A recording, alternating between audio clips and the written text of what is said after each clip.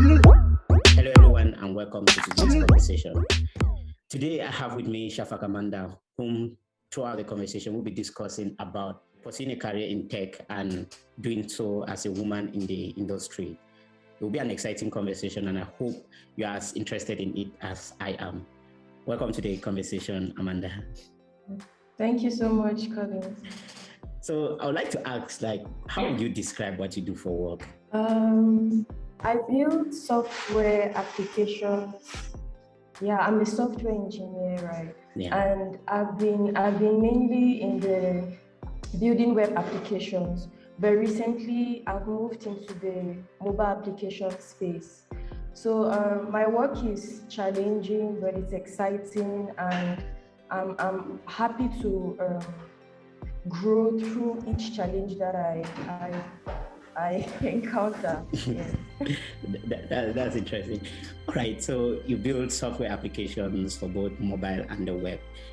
How would you say you managed to get started into this career? All right, so actually I went to engineering school. I went to the College of Technology at the University of Boya. So I completed, I got a Bachelor's of Technology degree in computer engineering. So that's how I kicked off my career in software engineering. All right. But why did you decide to pursue a career in software engineering?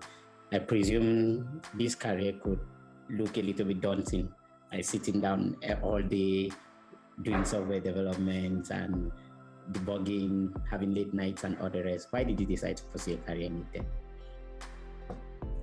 Honestly, I didn't actually pick tech, right? Yeah. But back in school, I used to be very good in maths, right, and science subjects. Mm-hmm. So I just had in mind that I was going to pursue a career in STEM, not necessarily technology. And as it was back then, I mean, we all know when you have your advanced level degree, you start writing all the entrance exams to see which one will favor you, right? Exactly. And yeah, and I got favored by, I got accepted into the College of Technology, yes. And so I just went with the flow, and I enjoyed what I saw there, especially when I started getting involved with tech communities, and I started really understanding what was required skill-wise in the industry. So yeah. So it was more of a natural selection that brought you into the tech space then. All right. So, but I've heard you mention about getting some involvement in the tech communities. Can you tell us a little bit about that? All right. So when I was back in the university, I began volunteering for tech communities, Google Developers Group Boya and Women Tech Makers Boya. So while in school, there were events that these tech communities organized. Yeah. I had the opportunity to attend some of them, and then after some time, the organizers were like, "Oh, we need some volunteers to help us do this," and I was happy to help. And then eventually, I took up leadership roles in these two tech communities, and since 2018, I've been organizing tech events, workshops, and just trying to make sure that people learn how to code, and just also, even if they are not fully interested in the tech field, they can also maybe learn a skill that can help them do better in whatever career path they picked. And most excitingly, to also get more women involved in tech. Yes. All right. So basically, the most important aspect of it is trying to get as many women in tech as you can. Is there a particular reason why you're so much driven to help the community, apart from the fact that you were exposed to the community when you joined the university? Is there a particular personal reason or maybe cultural reason why you decided to be so much involved in the tech community? Yeah. I'll say I just developed a passion for it, right? Yeah. I'm somebody that I like to put like 100% in everything I do. And I mean, it was very sad to always see that you come into a tech event and you see only maybe 10 women out of 100 other people in the hall. Exactly. It was sad to see that. And also when we always sought out for speakers for events, like you could barely have like women take up that role. Yeah. So I just wanted like I just wanted to see more women involved to I mean make the place look more like so that everybody's voice could be heard. Yeah. You get and so that women could also feel that sense of they can also do a lot of good stuff and they should not always stay in the background. Yeah. I think it's actually very, very important because when you look at, especially your passion to drive more women into the tech field is actually commendable because you look at our community, our world at large, you see that tech is actually entering into almost every domain, irrespective of you having a career, a specific career as you have now as a software developer, which is like purely tech focused. Other systems like even agriculture, political sciences and all the rest have now some part of tech that is embedded in them, showing really much that being savvy, tech savvy can drive a lot or can bring out a lot of potential in you. And as a youth, having that extra skill, not necessarily pursuing a direct career in tech, but having that extra skill of being savvy in tech can actually drive a lot of things. Have you actually seen a scenario where being that savvy has helped someone really excel in their career of sorts, something like that? Actually, yes, I have. Like, there's this lady, she did biochemistry at the University of Boya, Yeah. and she joined the Women Technicals community. And because she joined the Women Technicals community, she got interested in bioinformatics. Wow. And yeah, and currently she got a scholarship through that, and because she like learned Python and did a couple of things to like show her skills and her interests, and she's currently doing some research work in Yaoundé, I think. And I think that that's an example of somebody who wasn't really in fully 100% into tech, but who is actually using it to scale in her career and to like do some new things that were not common in the past. Yeah. So I think that's one example. Well, that's actually a very inspiring story, and I think there are others like that because looking at how broad the tech field is actually very, very interesting. But even what in your own, because you're actually going beyond ourselves a bit, maybe we should need to define what tech is and how, because sometimes we can be talking about tech, having the preconceived notions that people already know what tech is, but some people might want us to throw more light as to what tech is and maybe some slight importance that could have been overlooked in the conversation. All right. So to me, in the simplest terms, I'll define tech as using digital tools to solve problems, right? Mm-hmm. So like, if you speak to anybody who is involved in tech, no matter the area, the focus is always about problem solving, right? So like in other domains, you solve problems, but in tech, you need to use like those digital tools to solve the problems. So I think that's like the simplest way that I can define it. That's interesting. Using, and that goes, it just reminded me of my own mantra. Like I put, everybody has their code by which they go with, which mine is using code to solve problems. Like, okay, I'm using that specific aspect of tech, which is code, to solve problems. And it's really exciting having that much power. Somebody once said that all tech people are actually magicians, because having that much power to sit in your room, especially the coders, to sit in your room and think of a problem and actually design the solution for it, and people are able to use it, it's just fascinating. And looking at the world at large right now, there are so many people who have brought up so many exciting solutions solutions from healthcare to finances. Look at, for example, Bitcoin making the waves here and there, which was developed by one guy whom we don't even know who he is, and the entire world is going crazy after. I think tech is actually very, very interesting. Now, looking then at tech, I've seen you through your community activities. You've had the opportunity to interact with many people, and you've had the opportunity also to travel to other countries and talk with other tech ladies and tech people and get their notions as to tech. Do you have anything to talk about the future or the future or the opportunities that are really open for Africans, especially the African girl in tech? Oh well, like we always say that there are lots of opportunities, right? Yeah. But I think I would like to answer this question in this way, right? All right. There are a lot of opportunities for skilled people, right? And nowadays, many companies are trying to promote gender equity. They are trying to make their workforce or their teams more diverse, right? So that the products that they bring to the market will fit the needs of everybody. Since maybe women have a place or like something to contribute to that, right? Like there's this thing that people say, oh, if there were only men in a team who design something, they'll miss out some aspects that will be like ideal for women, right? So I think there are a lot of opportunities in design, in development, in product management. So it's really vast, right? So I think people should just like pick a little niche and gain hard core skills that are needed in the industry, right?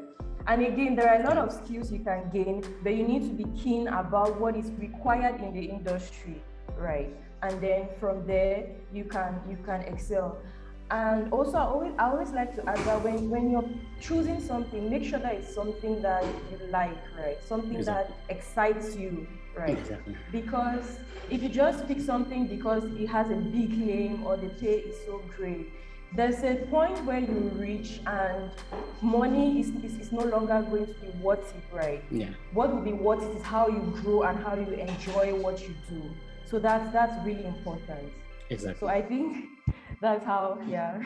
Exactly. And you actually hammered on a very important point, which is the industry are looking for skilled people, irrespective of what gender you are and what race you are. And that's actually the exciting thing about tech, about the tech industry at large, because so long as you are able to do the work, irrespective of who you are, so long as you are behind your screen, you're doing the work, you're productive, and you're actually able to grow and provide the services that are needed, you can get a job anywhere in the world. And then looking at even the pandemic has actually come to enforce and even open up more opportunities to especially the Africans again, because now remote work is far more common than it was 2 years ago, because the pandemic forced many companies to try to negotiate with that remoteness. And by negotiating as such, they are open. It also opens up the opportunity for those who are not local to that community or to the United States and all these big countries that actually have these big tech companies to actually look for tech talents outside. And you start to see that if you are able to build that much of a talent, as you talked about, that much of a skill, it becomes easier to get yourself into the job market. And yeah. And why was it that you talked about actually looking for what you actually love and focusing on it, because there becomes a point in time where the money might not necessarily make sense. Is there a particular reason why you emphasize so much on this particular point, especially for the tech enthusiasts? All right. Yes, actually, because I've been in that situation. You know, it's not common to get jobs in Cameroon, especially, right? When you leave school for the most people, right? Mm-hmm. But I'll say I was lucky in the sense that before I graduated, I already got like a job, right? So I won this. I won a competition with a group of friends, and we got some really great opportunity that was sponsored by MTN Cameroon, right? Yeah. And I mean, like, if I had really thought about it thoroughly, maybe I wouldn't have accepted the opportunity, because it wasn't exactly something that I was excited about. But as you know, because of the pressure also from maybe family, they're like, oh, how can you give up this great opportunity? You just graduated and you're just right. Yeah, and I was in that shoe, right, for a year and 3 months, right? And the pay was good for somebody who just left school. The experience, the networks, everything was like on point, you see. But then it got to a point where I didn't enjoy the work I was doing, and I wasn't growing in the way I wanted to grow. So I had to make a bold decision, right, to leave the job that I was doing in order to pursue what I was going to be happy doing, and I was going to grow in the way I had planned to grow. Yes. All right. Yeah, very. Actually, that's actually very, very important as well. I'm sure I've had that same situation where I had to leave what my friends would have called a comfortable job, because in as much as it is still in the tech, but the activities, the work I was doing on a daily basis wasn't really what I feel that push, waking up in the morning and going to your computer knowing that, this is what I want to do, or going to the job, having that spark. It doesn't happen every morning, but at least most of your work life with that company or with that industry should be like that. Because if not, what is the essence of working? The money might be now something that is just, it's like they are paying you for wasting your time and all the rest, which is very, very, I think it's very important. And you have started with this advice of actually choosing what you love. But I think looking back at your own career journey, you should have a good knowledge right now of things that you would have done differently to make sure that you make better decisions in the future on your tech career, and also you have a fluent tech career. What advice will you give now to ladies listening to us talk as to choosing the right, getting into tech and choosing a right career path? I think that they should start by picking something that they love, right? And even if in the beginning it's confusing or overwhelming, they should just pick one thing and stick to it for like maybe 2 years. And after that period of time, they'll gain more exposure, and they might be able to find exactly what excites them, right? Exactly. Yeah.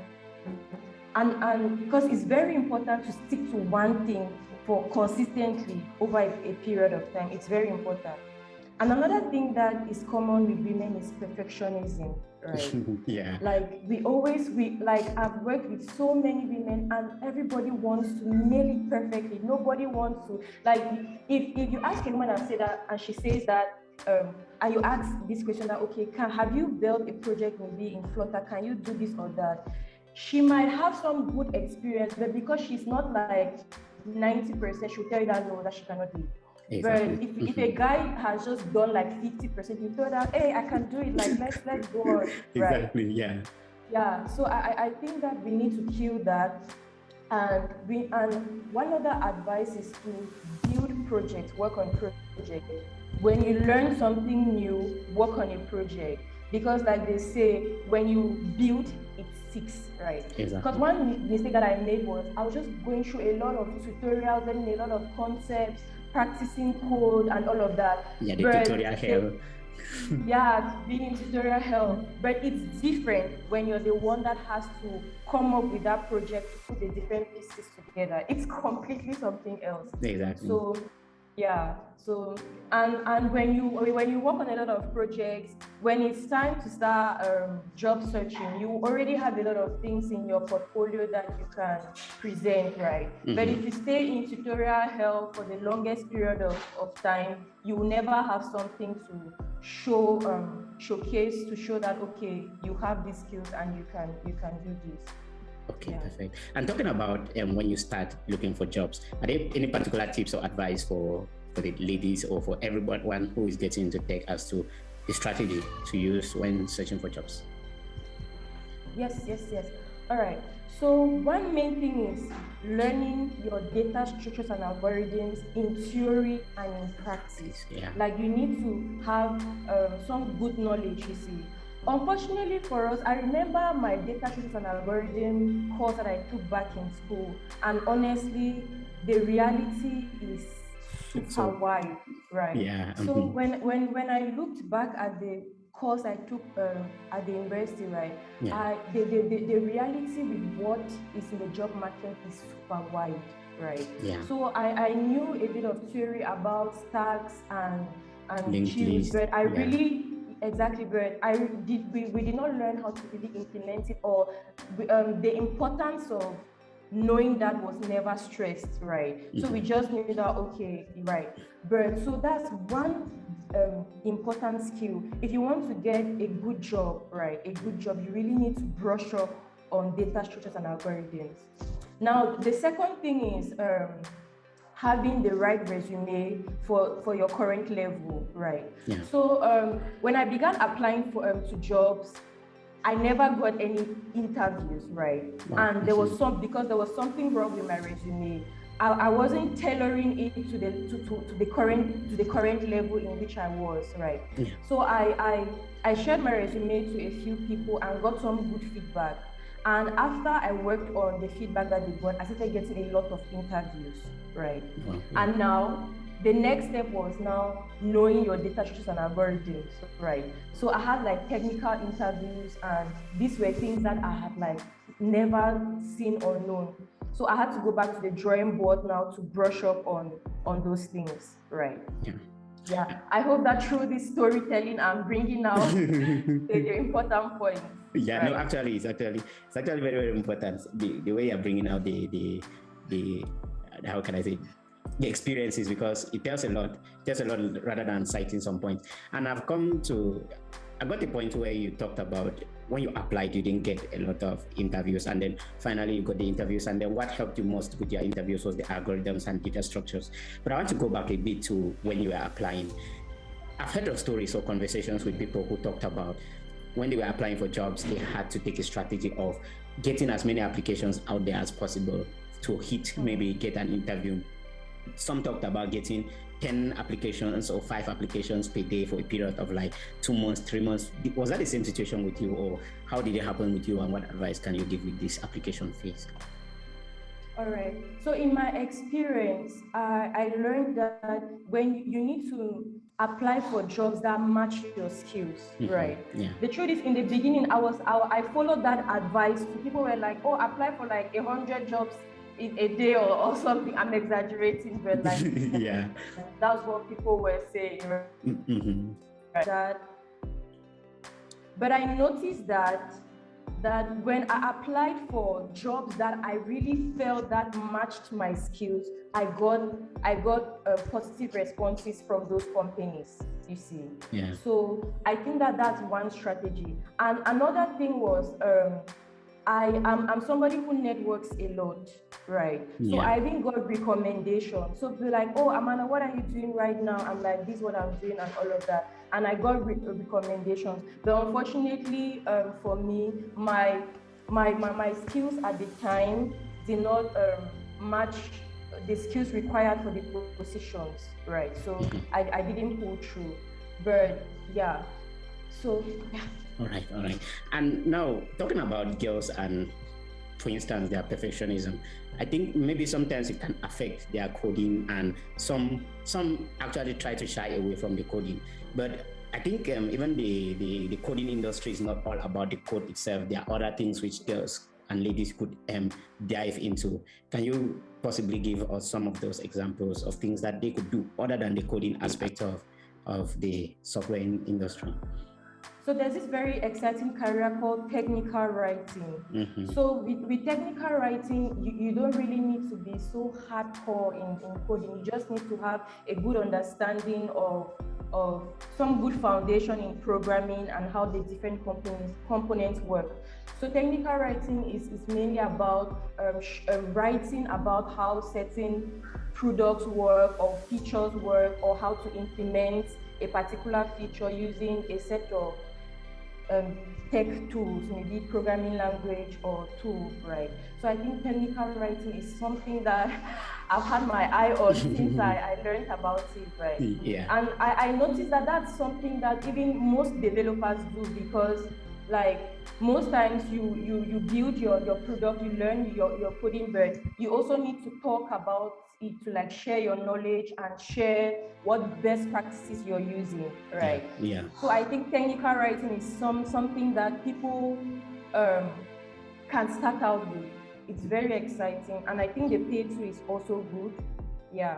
Exactly. And you also have DevOps. I'm not sure, but I also think DevOps doesn't really require a lot of hardcore coding skills like full-time development. That's the way I see it too, right? Yes. Yeah. And I think another one is like product management. Yeah. Product management, I think those are just more in line with leadership, and I don't really know a lot in depth, but I think those are the three I can talk about. All right. Thank you. Thank you very much.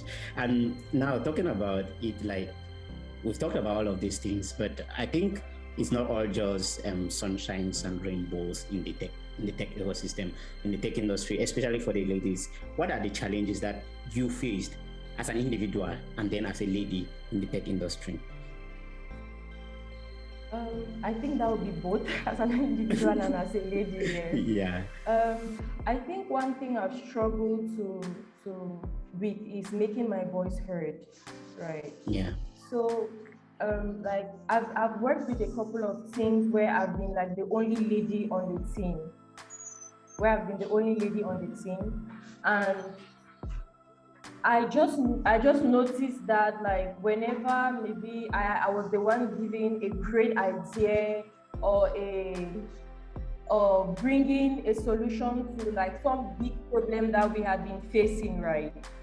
Like it was just irritating that I was the one bringing that idea, you see. And most times I wasn't really taken seriously, right? Because maybe it was Amanda bringing in the idea, but maybe if it was another colleague who was maybe male, they would have taken him more seriously, or like, oh, I think you get now. Yeah. So. And is there a particular reason why you feel like the voices of women are not really heard? Is it something maybe cultural or something from past experiences or something like that? I think that it's cultural, and it's also because of past experience, right? Yeah.